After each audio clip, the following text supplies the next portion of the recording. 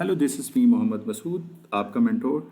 आपको सिखा रहा हूँ कोरल ड्रा। और आज की जो कोरल ड्रा की सेकंड क्लास है उसके अंदर हम कुछ टूल्स के बारे में पढ़ेंगे। हम पहले एक छोटा सा डिज़ाइन बना लेंगे और उसी डिज़ाइन को बनाते हुए हम इन टूल्स को भी देखेंगे कि आया कि हमारे पास पिक टूल कौन सा है, शेप टूल कौन सा है, या नोड एडिटिंग जो है वो क्या होता है। अगर हम कोई शेप बना रहे हैं तो उसके एजेस को या उसके कॉर्नर्स को कैसे जो है वो हम कर्व कर सकते हैं, या हम सेंट्रलाइज्ड उसको कैसे कर सकते हैं। तो ये चीज़ें जो है वो मैं जब तक बोलता रहूँगा आपको समझ नहीं आएगी ऐसे थ्योरेटिकली। तो स्क्रीन पर चलते हैं। तो कोरल ड्रा में हम लास्ट टाइम एक प्रोजेक्ट हमने स्टार्ट किया था और उस प्रोजेक्ट का नाम हमने रख लिया था my first design on Corel Draw.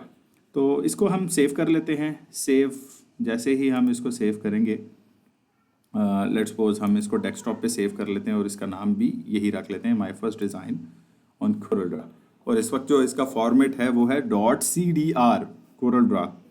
तो CDR जो है वो इसका फाइल एक्सटेंशन है। तो हम जो है वो स्टार्ट करते हैं पिक टूल से। सबसे पहले आप देख लें, हम थोड़ा सा मैग्नीफायर यूज़ कर लेते हैं ताकि आपको जो है वो ओके क्लोज। ओके, तो हमारे पास ये जो आपको नज़र आ रहा है, थोड़ा सा और मैग्नीफाई कर लेते हैं। तो ये देखें, ये जो आपके पास एक कर्सर नज़र आ रहा है, ये कर्सर जो है वो बेसिकली आपके पास पिक टूल है। तो पिक टूल आप देख सकते हैं, एक पिक टूल जब आप क्लिक करते हैं तो ये पिक टूल है। और फ्री हैंड पिक का मतलब है कि आप उसमें से किसी स्पेसिफिक पॉइंट को सिलेक्ट करना चाहें तो वो फ्री हैंड पिक टूल है। या आप ये भी कह सकते हैं कि ओवरऑल अगर हमने डिज़ाइन सेलेक्ट करना है तो पिक टूल से, और उसके अंदर कोई सिलेक्शन है उसको सिलेक्ट करना है तो आप free hand pick tool use करते हैं। तो इस छोटा सा जो आपके पास कॉर्नर हेड है, इस पे क्लिक करेंगे तो आप पिक टूल पे क्लिक कर लेते हैं। नेक्स्ट जो आपके पास टूल है वो है शेप टूल। पहले हम ऐसा करते हैं कि कोई शेप ड्रॉ कर लेते हैं, और शेप को ड्रॉ करने के बाद हम यहाँ पर देख सकते हैं कि हमने कोई शेप जो है वो ड्रॉ कर ली, एक रेक्टेंगल या सर्कल। अगर आप इसको स्क्वायर बनाना चाहें जिसकी चारों जो है वो साइड्स बराबर होती हैं, तो हमारे पास हमने एक जो है वो ड्रॉ कर लिया। अब इसके बाद नेक्स्ट जो है, हम अब पिक करने के लिए इस पिक टूल का इस्तेमाल करते हैं। तो जैसे ही पिक किया और ड्रैग किया तो यहीं कहीं पर भी हम इसको पिक कर सकते हैं और ड्रैग कर सकते हैं। अगर हमने इसी की कॉपी बनानी हो तो the first method is Ctrl+C and the Ctrl+V। Copy paste कर लेते हैं। और अगर हम कहते हैं कि ये बिल्कुल स्ट्रेट में हमारे पास हॉरिजॉन्टल या वर्टिकल में बिल्कुल स्ट्रेट इसके बराबर हमारे पास जो ड्रैग हो, तो आपने शिफ्ट को प्रेस करना है। तो अगर आप शिफ्ट प्रेस नहीं करते तो फिर ये बिल्कुल बराबर नहीं, बल्कि ऐसे फ्री हैंड जो है वो आप लेफ़्ट राइट ऊपर नीचे मूव कर सकते हैं। तो अगर आप शिफ्ट प्रेस करके मूव करवाएंगे तो आपके पास हॉरिजॉन्टल या वर्टिकल बिल्कुल बराबर ये कॉपी हो जाएगा। तो ये था, एक तो मेथड था Ctrl+C and Ctrl+V, Ctrl+C and Ctrl+V। एक मेथड तो ये है। दूसरा मेथड जो है आपके पास वो ये है कि आप इसमें जो दूसरा तरीकाकार है वो ये है कि आप क्लिक करें, देन क्लिक करने के बाद आप पहले लेफ़्ट क्लिक करें, देन क्लिक करने के बाद ड्रैग करें, और राइट क्लिक जैसे ही करेंगे तो आपके पास एक प्लस का साइन आएगा, और जैसे ही आप इसको छोड़ देंगे तो आपके पास ये कॉपी हो जाएगा। तो ये दूसरा तरीकाकार है। अगर समझ ना आए तो आप कमेंट बॉक्स में मुझसे पूछ सकते हैं। तो अब हमारे पास हमने कर्व करना है, तो कर्व के लिए दूसरा जो टूल है वो है शेप टूल। शेप टूल के लिए हम कॉर्नर्स को जो है वो अगर थोड़ा सा कर्व करना चाहें तो आप कर्व कर सकते हैं। इस वक्त जो सिलेक्शन है वो चारों कॉर्नर्स की है। अगर आप स्पेसिफिक एक कॉर्नर से कर्व करना चाहें तो आपने कॉर्नर के कर्व की बात कर रहा हूँ, शेप के कर्व की बात नहीं कर रहा। शेप का curve is a different thing, वो बाद में मैं आपको बताऊंगा। इस वक्त अगर चारों डॉट जो है वो आपको नज़र आ रहे हैं, आप देख सकते हैं कि ये 4 ब्लैक डॉट्स जो है वो आपको नज़र आ रहे हैं।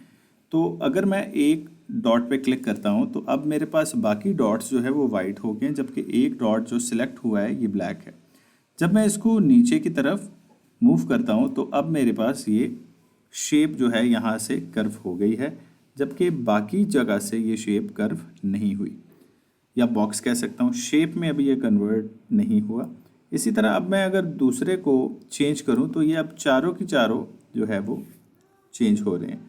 इसी तरह अगर मैं चाहता हूं कि दो जो कॉर्नर्स हैं उनकी सिलेक्शन हो तो आपने एक कॉर्नर को सिलेक्ट करना है, देन कीबोर्ड में शिफ्ट को प्रेस करना है और फिर जब दूसरे को सिलेक्ट करेंगे तो आप ये देख सकते हैं जो सिलेक्शन कॉर्नर्स हैं ये ब्लैक हैं जबकि अनसिलेक्टेड कॉर्नर्स वाइट हैं। तो जब आप इसको थोड़ा सा राउंड करना चाहें इसके एजेस को तो आप कुछ इस तरह से कर सकते हैं। अगर आप 3 की बात करें तो आपने सिलेक्ट करना है शिफ्ट दूसरे को और फिर तीसरे को सिलेक्ट करना है और फिर जब आप किसी भी एक कॉर्नर से इसको राउंड में लेकर जाना चाहें तो कुछ इस तरह से इसको कर सकते हैं। तो ये हमारे पास जो है वो आसान सी ट्रिक है जिसके ज़रिए जो है हम अपनी शेप को जो है वो राउंड कैसे कर सकते हैं। इसके एजेस को एक तो स्क्वायर है ही है, अगर थोड़े से एजेस को राउंड करना चाहें तो वो भी कुछ इस तरह कर सकते हैं। सिमिलरली मैंने आपको बताया कि आप इनसाइड आएँ और कॉपी करना चाहें तो आप कुछ इस तरह से कॉपी कर सकते हैं। वो कोई भी शेप हो आप इसको इनसाइड भी और आउटसाइड भी आप इसको कॉपी कर सकते हैं। मैंने शिफ्ट प्रेस किया हुआ है और शिफ्ट प्रेस करते साथ ही मैंने इन शेप्स को कुछ इस तरह बना दिया। इसके बाद जो हमारा नेक्स्ट जो टॉपिक है वो कुछ है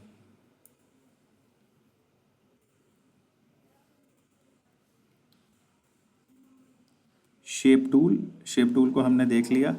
नोड एडिटिंग क्या है? नोड एडिटिंग बेसिकली जो इसके कॉर्नर्स हैं इसको हमने देख लिया। तो बेसिकली नोड का कॉन्सेप्ट थोड़ा सा मैं आपको बता दूं कि जब आप कोई भी शेप बनाते हैं, लेट्स सपोज मैं यहाँ से एक लाइन ड्रॉ करता हूँ पेन टूल से। जब आप पेन टूल से एक लाइन ड्रॉ करते हैं तो यहाँ पर हमारे पास जहाँ पर लाइन हमारे पास एंड होती है वहाँ पर एक नोड बनता है। जैसे ही मैं दूसरी तरफ जाता हूँ तो दूसरा नोड, देन तीसरा नोड, देन चौथा नोड, देन पांचवा, और इसी तरह ये नोड्स बनते बनते आपके पास शेप बनती है। उसके बाद ये शेप तब कंप्लीट होती है जब पहले नोड पर वापस आकर ये शेप मुकम्मल हो जाती है, तो तब आपके पास ये शेप कंप्लीट हो जाती है। चाहे वो आपके पास राउंड शेप है, चाहे वो स्क्वायर है, या किसी भी तरह की आपके पास रैंडम जो है वो आपके पास है, तो उसमें आपके पास कुछ इस तरह से हम शेप को बना सकते हैं। लेट्स सपोज आप कुछ इस तरह से शेप बना रहे हैं तो हमारे पास ये डिफरेंट नोड्स को मिलाकर ये शेप बनती है। फॉर एग्जांपल यहाँ पर अगर आप देखें, जैसे ही मैं क्लिक करता हूँ तो क्लिक करने के बाद आपको जो नोड नज़र आ रहे हैं शेप पे वो 4 नोड्स हैं, 1 2 3 एंड 4। अगर मैं बात करूँ इसकी तो जहाँ से स्टार्ट किया 1 2 3 4 5 6 7 8 9 10 11 12 एंड 13 नोड के बाद ये शेप कंप्लीट हुई है। तो अब इन नोड को आपने कैसे काम करना है या नोड की एडिटिंग वो हम नेक्स्ट लेक्चर में देखेंगे। तब तक के लिए अल्लाह हाफ़िज़।